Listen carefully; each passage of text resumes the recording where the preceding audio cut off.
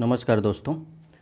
जैसा कि पिछले दो वीडियो में हम लोगों ने भौगोलिक चक्र की संकल्पना को स्पष्ट किया था, जिसमें W.M. डेविस और वॉल्टर पेंक के भौगोलिक चक्र की संकल्पना को देखा था। आज का जो वीडियो है उन्हीं दोनों के संदर्भ में है।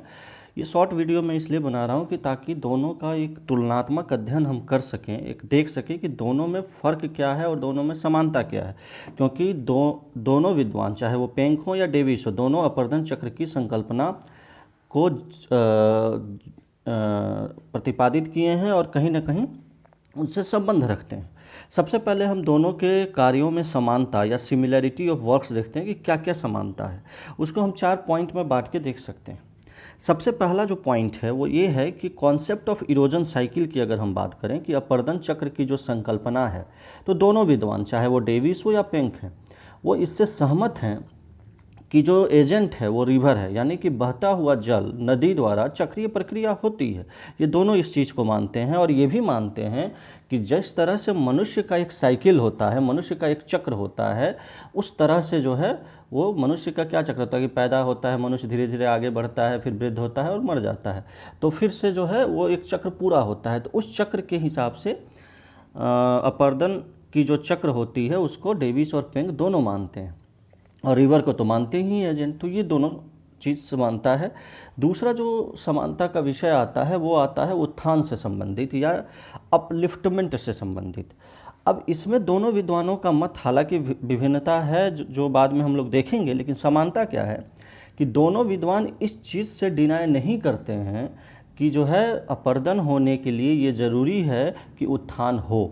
ये अलग बात है कि किसने इस संदर्भ में क्या कहा, लेकिन उत्थान का होना, किसी प्रदेश या लैंड मास की ऊंचाई को प्राप्त करना, ढाल को प्राप्त करना, इरोजन साइकिल स्टार्ट होने के लिए बहुत ही ज़रूरी है। इस संदर्भ में उत्थान के विचार में दोनों विद्वान समानता रखते हैं कि अपर्दन के लिए उत्थान और ढाल की प्राप्ति का होना ज़रूरी है। तीसरा जो समानता है वो है बेस लेवल का कॉन्सेप्ट। जैसा कि आप लोगों को मैंने पहले भी बताया था कि बेस लेवल कॉन्सेप्ट जो है वो सर्वप्रथम पावेल के द्वारा दिया गया था, जिसमें ये कॉन्सेप्ट क्लियर है इनका भी कि नदी के आधार तल तक होने वाले अपर्दन चक्र की संकल्पना पर दोनों विद्वान सहमत हैं। कहने का तात्पर्य है कि डेविस और पेंक ये मानते हैं कि अपर्दन तब तक होता है जब तक नदी अपने आधार तल को प्राप्त नहीं कर लेती है। अब ये आधार तल क्या होता है? तो आधार तल जो है नदी का अपना सबसे लोएस्ट पॉइंट होता है, जहाँ पे जो है सारा इरोजन का कार्य खत्म हो चुका होता है।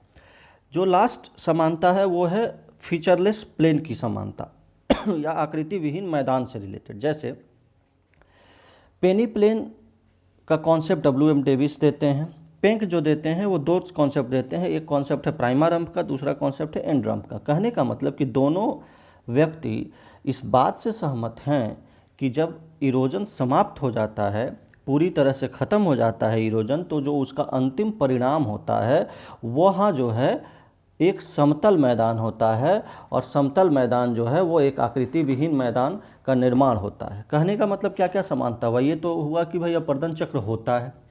दूसरा इन्होंने कहा कि अपर्दन चक्र तभी होगा जब उत्थान होगा, ये दोनों सहमत हैं इस पे। तीसरा, वो तब तक अपर्दन होगा जब तक नदी अपने आधार तल को प्राप्त नहीं कर लेती है, और जब नदी आधार तल को प्राप्त कर लेती है तो वहाँ पे एक आकृति विहीन मैदान का निर्माण होता है और अपर्दन चक्र समाप्त होता है। तो ये जो एक बेसिक कॉन्सेप्ट है या ये जो बेसिक फिनोमिना है, यहाँ पे डेविस और पेंक दोनों के कार्यों में समानता देखने को मिलती है। अब हम आते हैं कि दोनों में असमानता क्या है।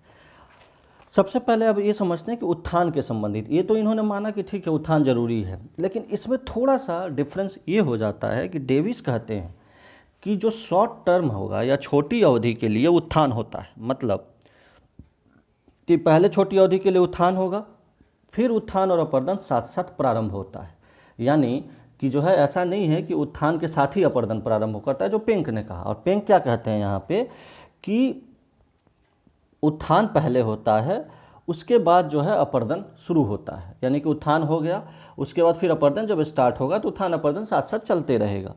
तो पेंक का व्यू जो है वो ज़्यादा सही लगता है इस संदर्भ में डेविस के अपेक्षा में। हालांकि डेविस ने अपने अंतिम दिनों में जब पेंक के कार्यों को ये चीज़ माना था और उसमें ये कहा था कि जो मैंने एजम्पशन दिया था वो बहुत हद तक सही नहीं है।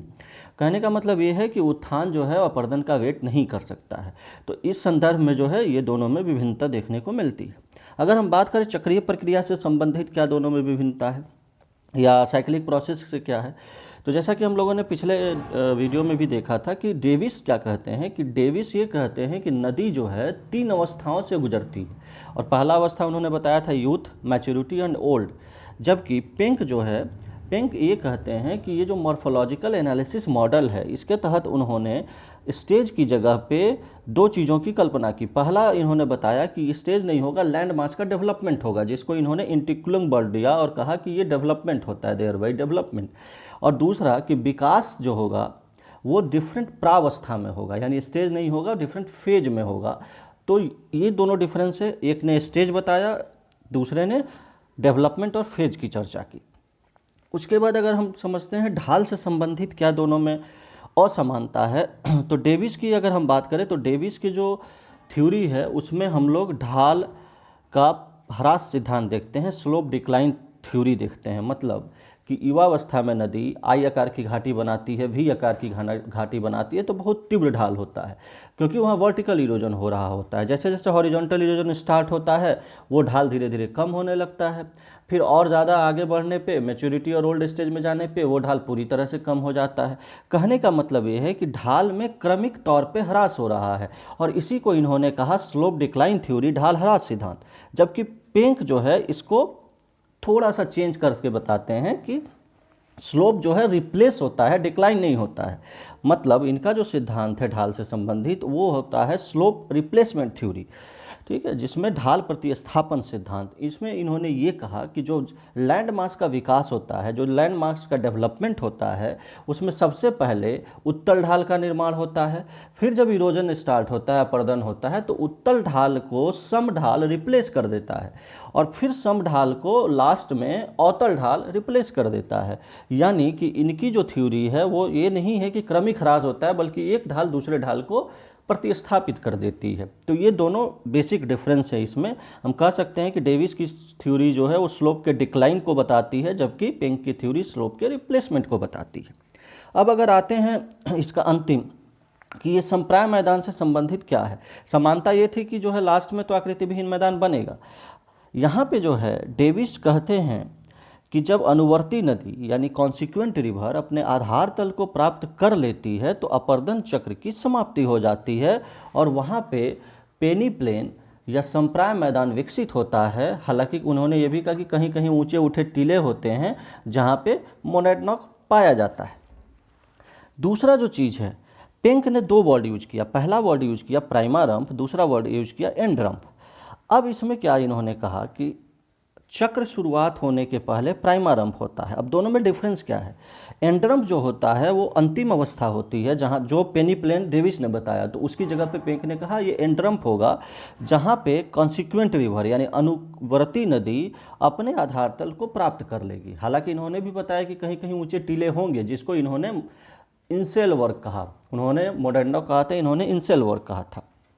अब यहाँ पे इन्होंने ये कहा कि जब अनुवर्ती नदी आधार तल को प्राप्त करे तो एंड रंप, वहाँ चक्र की समाप्ति। लेकिन उसकी जो सहायक नदियाँ हैं अगर वो भी आधार तल को प्राप्त कर लेती हैं तो वो पूर्णतः समतल हो जाता है और पूर्णतया बेस लेवल को प्राप्त करता है। तो कहने का मतलब कि बेस लेवल में यहाँ पे थोड़ा सा जो है चेंज है। एक तो ये है कि वहाँ पे उन्होंने सिर्फ कॉन्सिक्वेंट रिवर की बात की, इन्होंने सहायक प्लस अनुवर्ती दोनों नदियों की बात करते हैं। तो ये जो है बेसिक डिफरेंस है कि संप्राय मैदान तो बनता है लेकिन वहाँ पे अनुवर्ती नदी आधार तल को प्राप्त करती है अकॉर्डिंग टू डेविस, और according to Penck consequent river के साथ साथ सहायक नदी भी अपने आधार तल को प्राप्त कर लेती है। रेजुवेनेशन की अगर हम बात कहें, नवोन्मेष की बात कहें, तो पेंक ने यहाँ पे एक चीज़ स्पष्ट किया कि नवोन्मेष जो है वो एंड रंप पे नहीं होता है। नवोन्मेष हमेशा प्राइमर रंप पे होता है जहाँ पे सहायक नदी भी अपने आधार तल को प्राप्त करती है। तो ये जो डेविस ने हालांकि सिर्फ एक ही प्रकार का समतल मैदान बताया। तो कहने का मतलब कि ये बेसिक डिफरेंस है। जैसे कि डेविस ने ये कहा कि उत्थान पहले होगा फिर अपर्दन होगा, इन्होंने दोनों को साथ में लेके चला। एक ने स्टेज की चर्चा की, दूसरे ने डेवलपमेंट फेज की चर्चा की। डेविस ने जो है स्लोप डिक्लाइन थ्योरी दिया, पिंक ने स्लोप रिप्लेसमेंट थ्योरी दिया। डेविस ने कॉन्सिक्वेंट रिवर को बेस लेवल प्राप्ति की बात कही, पेनी प्लेन की रचना की बात कही, वहीं पे पिंक एंड ड्रम्फ और प्राइमरम की बात करते हैं।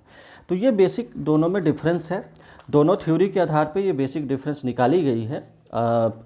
अगर ये चीज़ आपको नहीं समझ में आ रहा है तो पिछले जो 2 वीडियो हैं जिसमें डेविस और पिंक के कार्यों के विस्तार से चर्चा है, आप उसको एक बार अच्छे से समझ सकते हैं। तो ये बेसिक डिफरेंस हुआ पिंक और डेविस के कार्यों का, जो अक्सर पूछे जाते हैं। तो ये सब आप अच्छे से आई होप कि कर लिए होंगे। नेक्स्ट वीडियो जो है हम लोग डिफरेंट थ्योरीज़ पे बात करेंगे। आपका दिन शुभ हो। Have a nice day. Thank you.